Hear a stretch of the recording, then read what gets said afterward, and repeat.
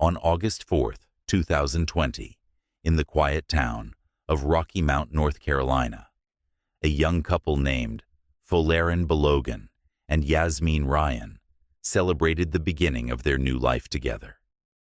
They had just been married in a small, intimate ceremony, attended by close friends and family. The wedding was held at a countryside venue, just outside the town, surrounded by rolling hills and warm summer skies for many who knew them. Folarin and Yasmin seemed like the perfect match. They had dated for nearly 2 years, and from the outside, their relationship looked stable and loving. Folarin, 28 years old, worked as a construction manager. He was known as a calm, responsible man who rarely showed anger or frustration. People described him as quiet but kind-hearted. Yasmin, 27 years old, worked as a freelance graphic designer. She had moved to Asheville 4 years earlier and quickly built a successful career, working from home to those who met her. Yasmin was friendly, creative, and always full of life. They met through an online dating app in late 2016 and bonded over their shared love of travel, hiking, and art. Their relationship progressed quickly, and by the end of 2017, Folarin proposed. Yasmin said yes, without hesitation, and soon after, they began planning a future together. During their relationship, Folarin believed he knew everything about Yasmin.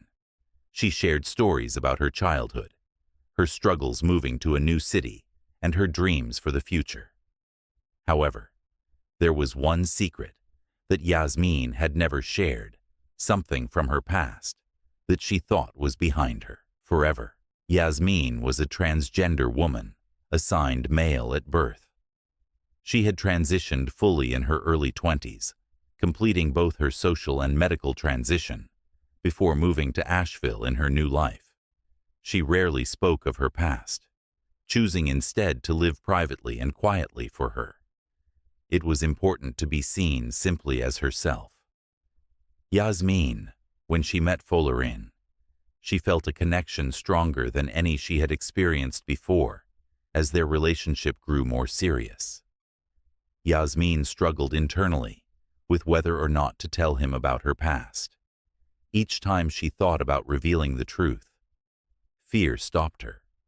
She worried he might leave her, or worse, react with anger or violence. Eventually, she convinced herself it was better not to tell him at all. By the time they were engaged, Yasmin had buried the secret deep inside, promising herself that her love for Folarin and their future together were strong enough to leave the past behind after the wedding. Folarin surprised Yasmin with a honeymoon trip. They planned a one-week vacation to Blue Ridge Mountains, a place Yasmin had always wanted to visit. The couple checked into a cozy rental cabin on August 7th, looking forward to peaceful days in nature, away from the noise of the world. Neither of them knew that within just a few days, the beautiful M Mountain retreat would become the scene of a shocking and tragic crime, one that would leave a town in disbelief and a family searching for answers. It all began with love, but it would end in violence. The morning of August 8th, 2019, started like any normal day for Folarin and Yasmin. The sun rose gently over the Blue Ridge Mountains, painting the sky with soft orange and pink hues. Their cabin, located near a quiet trail, head outside the small town of Blowing Rock, was peaceful and private, exactly what they had wanted for their honeymoon. Yasmin woke up early and prepared breakfast. She made scrambled eggs and toast, while Folarin brewed fresh coffee. They ate together on the cabin's wooden deck, enjoying the crisp mountain air and the sound of birds in the distance. Yasmin seemed happy and relaxed, wearing a light sweater over her pajamas, while Folarin scrolled through his phone, checking messages from work, even though he promised himself he wouldn't. That day they had planned to hike one of the nearby trails and later have dinner at a small restaurant in town. After breakfast, they packed their backpacks with snacks, water, and a camera. By 10 a.m. they were on the trail, walking hand in and laughing and stopping often to take photos of the scenery to anyone watching. They looked like a perfectly normal couple, deeply in love. They talked about their plans for the future, buying a house, having children, traveling to Europe. Yasmin's smile never left her face for the first time, and in a long time, she felt safe, like her past was finally far behind her. But Folarin had been acting differently since the wedding. Yasmin noticed he had moments of distance where he seemed deep in thought, staring at her with an expression she couldn't quite understand. Sometimes he asked her unusual questions about her old friends, her teenage years, even about doctors she had seen before moving to Asheville. Yasmin brushed it off as normal post-wedding curiosity, but inside she felt a small growing fear that something was off that night. After dinner in town, they returned to the cabin. Rain began to fall softly outside, and Yasmin lit candles around the living room to make the space feel cozy. They opened a bottle of wine and sat by the fireplace, talking quietly. At some point during the evening, Folarin asked Yasmin directly, "Is there anything about you? I don't know anything important." Yasmin froze for a second. Her heart pounded, but she smiled and shook her head. "No, nothing," she replied, trying to keep her voice steady. Folarin nodded but didn't seem convinced. The rest of the night passed with polite conversation, but something between them had shifted. Yasmin could feel it for the first time. She wondered if maybe Folarin knew something, or worse, if someone had told him. The next day, August 9th.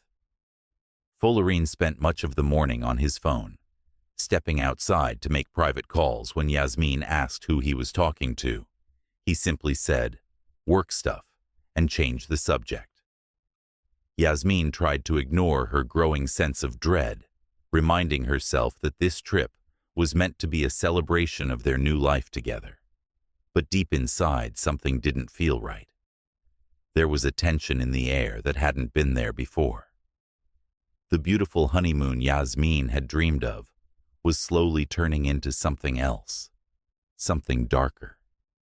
She just didn't know yet how dangerous it was about to become on the evening of August 10th, 2019.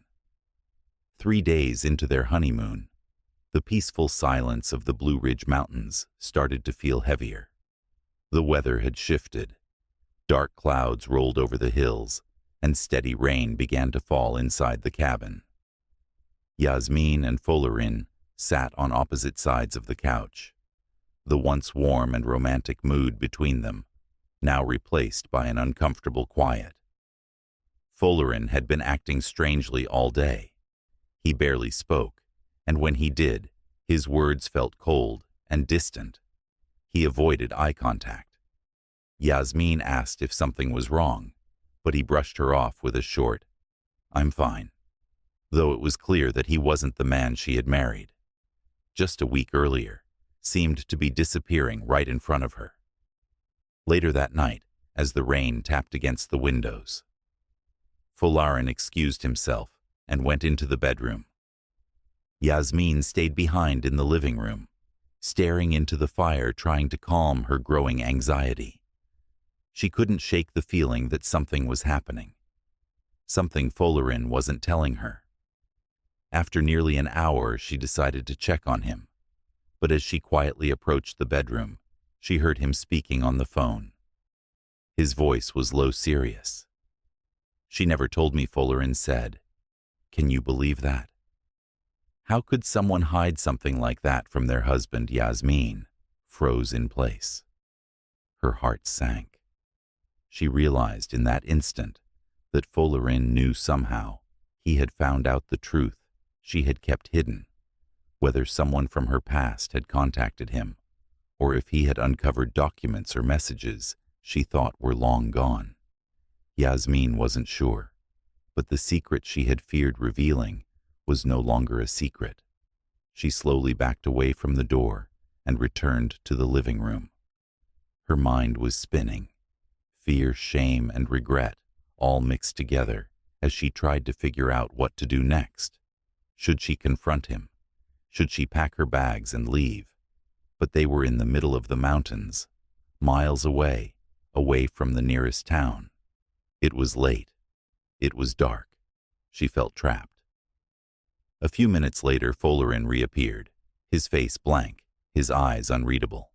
He sat down across from her and stared at her in silence. Finally, he asked, "Is there something you want to tell me?" Yasmin's hands trembled. She nodded slowly. There was no point in lying. "Now, I was going to tell you, but I was afraid," she whispered. "I didn't think you'd understand." Folarin didn't respond.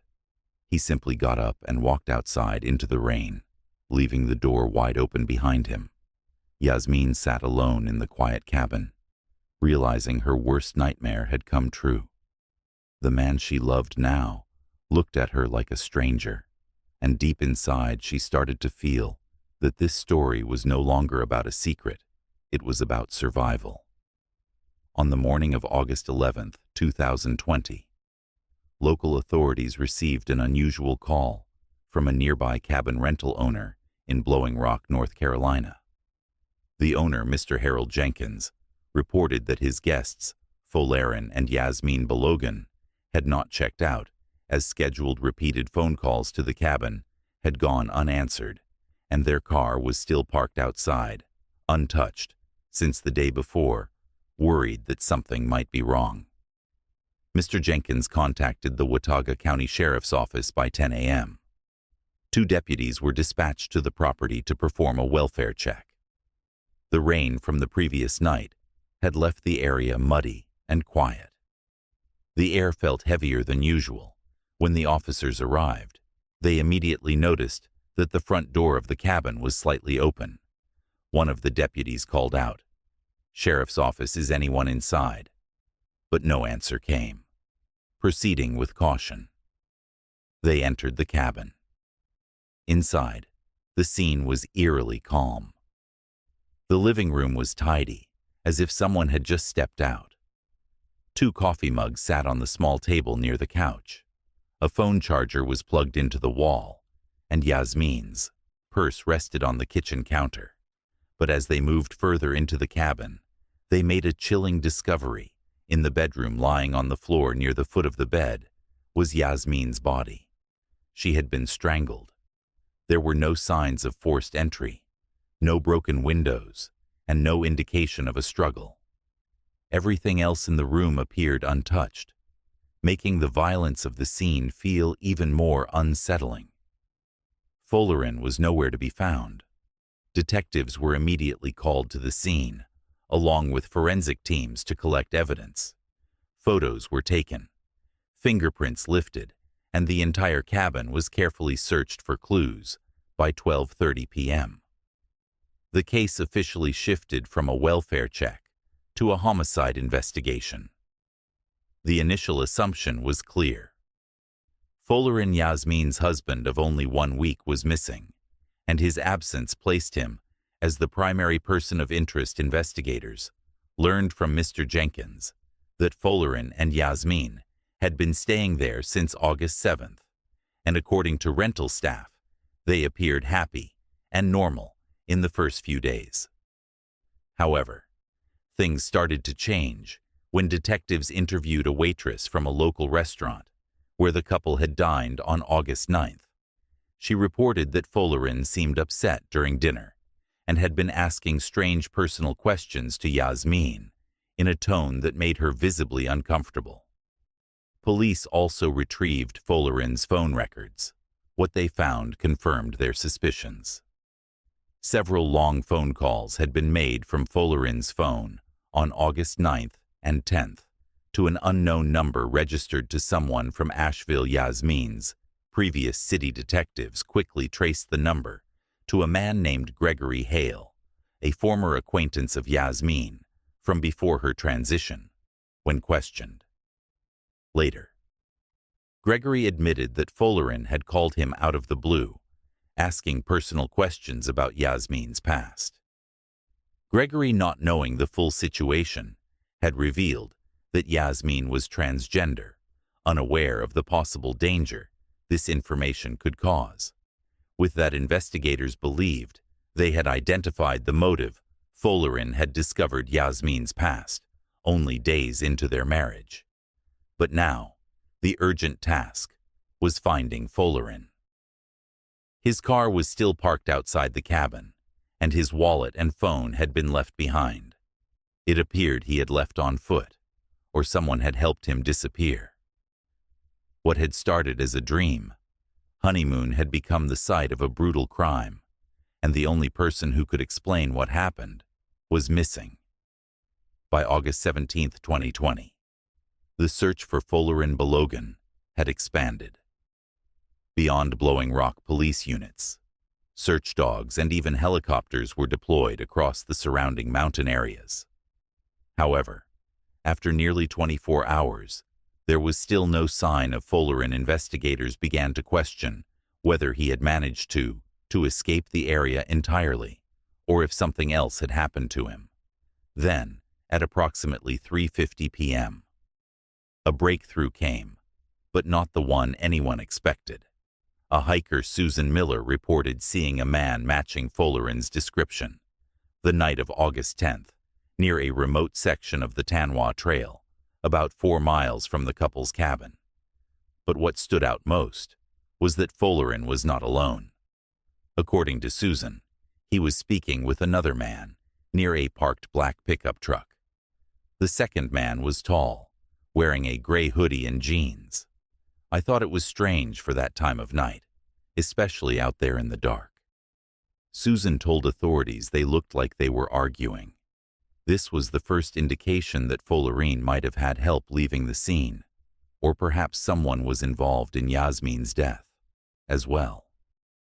Digging deeper, detectives checked nearby gas station security cameras along the highway, leading out of Blowing Rock. Footage from the early morning of August 11th showed the same black pickup truck traveling westbound, but the driver was alone, and it wasn't Folarin.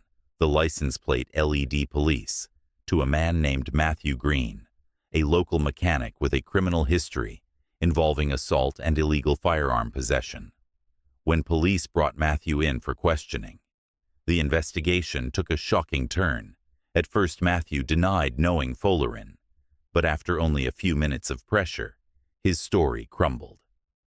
Matthew admitted that Folarin had contacted him 2 days earlier through a mutual friend. Folarin, he claimed, was looking for a way out and seemed desperate, according to Matthew. Folarin offered him money in exchange for help disappearing after handling some personal business. But Matthew's next statement changed everything. "I never thought he'd actually kill her." Matthew confessed he just told me he found out something bad about his wife and needed to disappear afterward. "I thought it was just a divorce or something." Not this. Matthew then revealed that after Yasmin's death, Folarin met him at the trail, had paid him $1,000 in cash, and asked to be driven to a remote bus station in Johnson City, Tennessee. About 90 miles away, investigators confirmed Matthew's route and found surveillance footage of Folarin boarding a bus. At 5:20 a.m. on August 12th, the bus was heading to Atlanta, Georgia. This discovery sent the case spiraling. What began as a local homicide was now an interstate manhunt. Folarin wasn't just missing, he was on the run. But the question remained: had Folarin truly planned the murder in advance with help? Or was this all the result of a spontaneous act of rage after learning Yasmin's secret? Either way, police now knew the clock was ticking. If Folarin made it out of Georgia, finding him would become much harder. The hunt was on, and Folarin Balogun was quickly becoming one of the most wanted men in the region. By August 12, 2018, the manhunt for Folarin Balogun was fully underway. News of Yasmin's death and Folleren's escape spread across the region, with his photo broadcast on local TV stations and shared online. Authorities in Georgia, Tennessee, and the Carolinas were all on alert.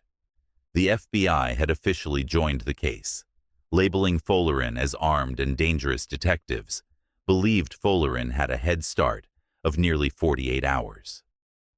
Tracking him was becoming more difficult with each passing moment.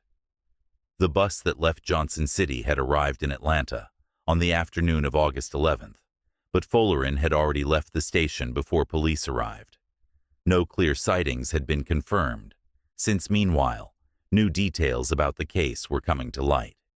Investigators uncovered messages from Folleren's phone, showing that days before the murder, he had been in contact with Gregory, Hale, the man from Asheville, who accidentally revealed Yasmin's past. According to Gregory, Folleren's tone during the calls was calm at first, but during their final conversation, Folleren became angry. He said, "Thanks for telling me the truth. I needed to know," Gregory told detectives. But there was something in his voice like he'd already made up his mind. Police also discovered a handwritten note left in Folleren's duffel bag at the cabin. The letter, scribbled on hotel stationery, read, "Marriage is built on trust. If you can't be honest with me, then what are we even doing? You lied. Now I have to fix it." This note confirmed to detectives that Folleren's actions were likely premeditated. The evidence pointed toward a man who felt betrayed and planned to punish Yasmin for keeping her past a secret as investigators worked around the clock to track him. The public grew restless. Social media filled with debates and outrage. Some people expressed sympathy for Yasmin, calling her death a brutal act of hatred. Others debated whether Folleren had been pushed over the edge. But for the detectives on the case, there was no question. Folleren Balogun had committed murder, and now he was fleeing. Justice pressure mounted on law enforcement to make an arrest before Folleren could disappear for good. Then, on August 14th, a tip came in from a motel clerk in Mon, Georgia. She reported that a man matching Folleren's description had checked in late the previous night, paying in cash and using a fake name. The motel was located just off the highway, an easy spot for someone who didn't plan on staying long. By the time officers arrived, the motel room was empty. Inside, they found signs that Folleren had been there: fast food wrappers, an empty duffel bag, and a receipt for a prepaid cell phone. Purchased earlier that day, the hunt intensified. Now Folleren had a burner phone cache, and another day's lead. Detectives feared the worst if Folleren reached Florida or moved farther south. South, he could vanish into larger cities, blending into the crowd, or slipping across the border, back at the sheriff's department in Watauga County. Lead investigator Detective Mark Phillips gathered his team. This isn't just about finding a fugitive anymore. Phillips said this is about stopping a man who has nothing left to lose with every hour. Folleren seemed to grow smarter, changing vehicles using cash, avoiding cameras. But law enforcement knew one thing for certain: people on the run always make mistakes, and Folleren's would come soon. On the morning of August 17th, 2020, nearly a week after Yasmin Balogun's murder, authorities finally caught a break at 7:30 a.m. A gas station clerk in Valdosta, Georgia, near the Florida border, reported a man acting nervously while buying supplies. The man paid in cash, kept his hoodie pulled low over his face, despite the heat, and left quickly in a dark sedan with no license plates. The clerk recognized the man from the news and immediately called 911.